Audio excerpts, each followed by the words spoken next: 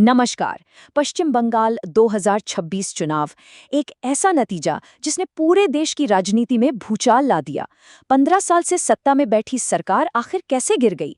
आज के इस खास विश्लेषण में हम महज दावों की नहीं बल्कि ठोस आंकड़ों की बात करेंगे और समझेंगे कि सियासी भूकंप का असली केंद्र कहाँ था। तो चलिए बिना किसी देरी के शुरू करते हैं। आगे बढ़ने से पहले एक नजर डाल लेते हैं कि आज हम किन पहलुओं पर बात करने वाले हैं। हम ऐतिहासिक जनादेश से शुरू करके विवादित SIR वोटर लिस्ट, बदलते वोट बैंक, एंटी इनकम्बेंसी और अंत में लोकतंत्र पर इसके असर को डिकोड करेंगे। तो शुरुआत करते हैं सबसे पहले और सबसे अहम पहलू से, जो है इस ऐतिहासिक चुनाव का सीधा सीधा परिणाम। जरा इस आंकड़े पर गौर कीजिए। 92.93%। आज़ादी के बाद से अब तक का सबसे ज्यादा मतदान। 2021 के मुकाबले सीधे 10% से ज्यादा की छलांग। देखिए, इतना भारी मतदान कोई आम बात नहीं है। ये साफ तौर पर जमीन पर चल रही एक बहुत बड़ी लहर या कह लें एक सियासी सुनामी का सीधा संकेत था। और जब नतीजे आए तो उस सुनामी का असर बिल्कुल साफ दिखा। जो तृणमूल कांग्रेस 2021 में 215 सीटों के साथ एक मजबूत स्थिति में थी, वो सीधे 80 सीटों पर सिमट गई।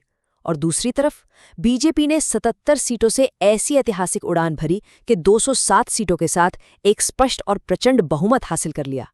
ये महज एक जीत नहीं बल्कि एक पूरी तरह से पलटी हुई बाजी थी। इस पूरे मैक्रो लेवल बदलाव को अगर माइक्रो लेवल पर समझना हो तो भवानीपुर की हाई प्रोफाइल टक्कर को देखना जरूरी है। निवर्तमान मुख्यमंत्री ममता बनर्जी अपने ही सबसे मजबूत किले में अपने पूर्व सहयोगी और अब बीजेपी उम्मीदवार शुभेंदु अधिकारी से चुनाव हार गईं।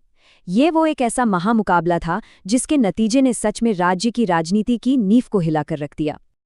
अब आते हैं अपने दूसरे बड़े पहलू पर, जिसने शायद इस चुनाव में सबसे ज्यादा विवाद खड़ा किया, यानी SIR के तहत बदली गई मतदाता सूची।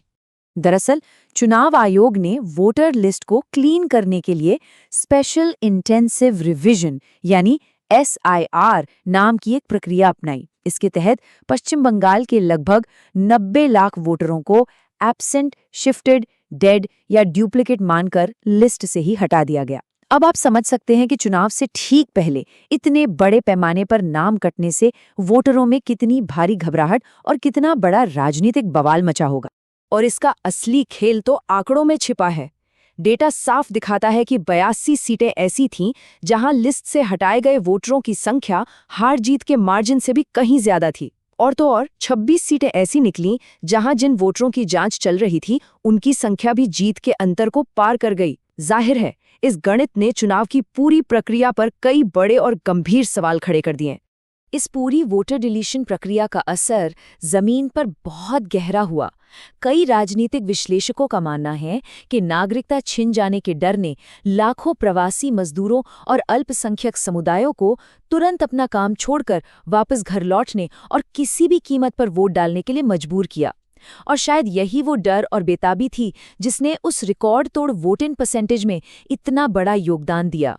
लेकिन देखिए, महज वोटर लिस्ट के विवाद से 207 सीटों वाली जीत को पूरी तरह नहीं समझाया जा सकता।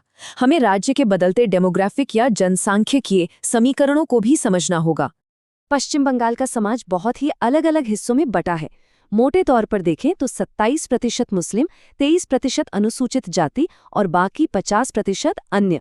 इस चुनाव का पूरा दारोमदार इसी बात पर टिका था कि कौन सी पार्टी इन अलग अलग सामाजिक समूहों को अपने पाले में एकजुट कर पाती है। यहीं पर बीजेपी की 3 स्तरों वाले गठबंधन रणनीति काम कर गए। उन्होंने सिर्फ अपने कोर, अर्बन या सवर्ण वोट बैंक पर ही भरोसा नहीं किया, बल्कि उससे कहीं आगे बढ़कर CAA के वादों के जरिए मतुआ जैसे अनुसूचित जाति समुदाय को साथ लिया। साथ ही आदिवासी और सीमावर्ती इलाकों में ऐसी पैठ बनाई कि बांकुरा और पुरुलिया जैसे जिलों में उनका पूरी तरह से क्लीन स्वीप हो गया। और इसके बिल्कुल उलट अगर हम 27% मुस्लिम आबादी की बात करें, जो कि हमेशा से सत्ताधारी पार्टी का सबसे मजबूत और अभेद किला मानी जाती थी, वो इस बार बुरी तरह बिखर गई। AGUP जैसी नई पार्टियों और वाम कांग्रेस गठबंधन ने इस वोट बैंक में भारी सेंध लगाई। इसी बिखराव का सीधा खामियाजा तत्कालीन सरकार को मुर्शिदाबाद जैसे अल्पसंख्यक बहुल इलाकों में उठाना पड़ा। खैर, इन आंकड़ों से आगे बढ़ते हुए अब हम उन मुख्य वजहों पर बात करते हैं जिन्होंने इस भयानक एंटी इनकम्बेंसी यानी सत्ता विरोधी लहर को जन्म दिया। 15 साल की सत्ता का जो दबाव था वो कोई रातों रात नहीं फूटा, ये एक पूरा सिलसिला था।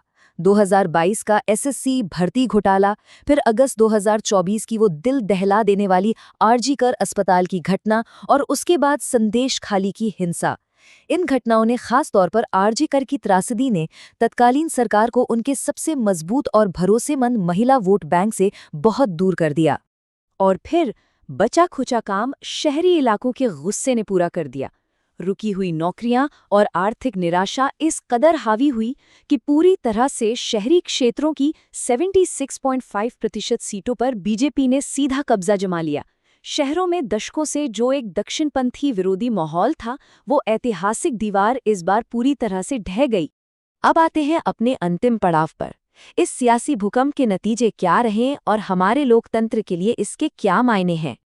देखिए, नतीजों के तुरंत बाद का माहौल काफी विरोधाभासी था। एक तरफ विजेता खेमे में जबरदस्त जश्न था, तो वहीं तत्कालीन मुख्यमंत्री ने हार मानने से इनकार कर दिया और मतगणना में भारी गड़बड़ी के आरोप लगाए। लेकिन यहाँ सबसे दिलचस्प बात ये थी कि खुद उनकी ही पार्टी के भीतर से आवाजें उठने लगी। नेताओं ने चुनाव प्रचार के ज्यादा कॉर्पोरेट हो जाने और जमीनी हकीकत से कट जाने की तीखी आलोचना की। पार्टी के भीतर की ये हताशा कुछ बयानों में साफ झलक रही थी। टीएमसी की एक मतगणना एजेंट प्रियदर्शनी का ये बयान ही देख लीजिए। उन्होंने अपनी ही लीडरशिप की तुलना महाभारत के अंधे राजा धृतराष्ट्र से कर डाली। उनका साफ कहना था कि जब वफादारी आपकी आंखों पर पट्टी बांध दे और आप जमीनी हकीकत को नजरअंदाज कर दें, तो फिर इतिहास खुद को दोहराता ही है। तो कुल मिलाकर इस पूरे विस्तृत विश्लेषण का निचोड़ क्या है?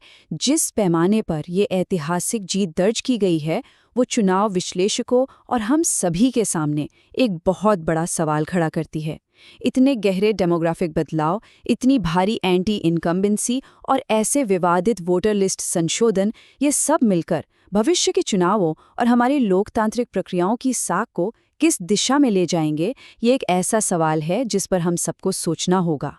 आज इस चर्चा में हमारे साथ जुड़ने के लिए बहुत बहुत शुक्रिया।